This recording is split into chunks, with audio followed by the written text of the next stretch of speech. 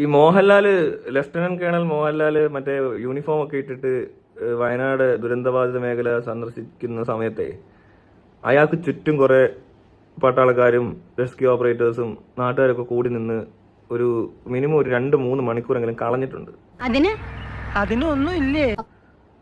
അത്രയും time waste ആക്കാനും വേണ്ടും എന്ത് മൈര ഇയാൾ അവിടെ പോയി പറഞ്ഞതെന്നൊന്ന് പറയിക്കാവോ ഇയാളെ കൊണ്ട്?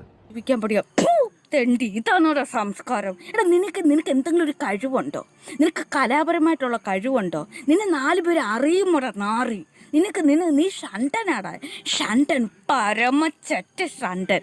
നാണം ഉളുപ്പും ഇല്ലാത്തവനൊക്കെ ഇറങ്ങിയേക്കോ തുണി ഓരോ വേഷം ചുറ്റിക്കൊണ്ട്. നാണം ഉണ്ടോ ഇയാൾക്ക്? എനിക്ക് മകരവിളക്ക് കണ്ട് അവരൊക്കെ ഇയാളോട് എന്താ പറഞ്ഞേ? കുറെ പട്ടാളക്കാരെന്ന് ഇയാളോട് സംസാരിക്കുന്നു. ഇത് കേട്ട ഒരു കേണലാണ് ശരിയാ വരുന്നതെങ്കിൽ കുഴപ്പമില്ല. ഇമാതിരി വേഷം കെട്ടി നടക്കുന്ന ഏതോ പട്ടാള സിനിമയിൽ അഭിനയിച്ചവനെ പിടിച്ച് ഈ നാട് നശിച്ചൊരു നാടായതുകൊണ്ട് ഇപ്പൊ പട്ടാളക്കാരുടെ ഗതികേട് എന്ന് പറയുന്ന പോലെ ഒരു അവസ്ഥയാണ് ഇപ്പൊ കണ്ടേക്കുന്നത്.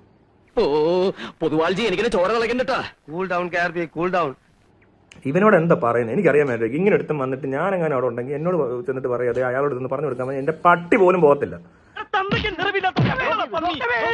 കാരണം അവൻ ആരാന്ന് ചോദിക്കും. മനസ്സിലായി? ആദ്യം തന്നെ ചോദിക്കണം ഇവൻ എന്തിനാ ഇവിടെ വന്നേ, ഇവൻ ആരാ, ഇവൻ കേണലാണോ സിനിമാടനാണോ അതോ വേറെ ഏതെങ്കിലും TV അവതാരകനാണോ പരസ്യത്തിൽ അഭിനയിക്കുന്നവനാണോ എന്ന് ചോദിക്കണം. അല്ലാതെ ഇവനോടൊക്കെ എന്തിന് പട്ടാളം ഇങ്ങനെ ചുറ്റും നിന്ന് എക്സ്പ്ലെയിൻ ചെയ്യുന്നത് എനിക്ക് ഒരു പിടിയും കിട്ടുന്നില്ല. പട്ടിയുടെ വാല് 12 കാലം കൊള്ളിട്ടിട്ട് എന്താ കാര്യം? പട്ടിക്ക് കൂടി തോന്നണ്ടേ അത് നിവർത്തിയെടുക്കണോന്ന്? കഷ്ടം. എനിക്ക് കാശ് കൊടുക്കാനാണ് ഇഷ്ടം പോലെ സിനിമാന്മാർ കൊടുത്തിട്ടുണ്ട്. ഈ ഇങ്ങനെയുള്ളവന്റെ ഒന്നും കാശ് മേടിക്കരുത്. അങ്ങനെയാണത്. ഒരു മനുഷ്യനെ കഷ്ടപ്പെട്ട് അടിച്ചൊതുക്കരുത്. കഴിവുള്ളവൻ ഉയർന്നു വരും, ചൊറിഞ്ഞിട്ട് കാര്യമില്ല. ഞാൻ പോകുന്നു. ബൈ.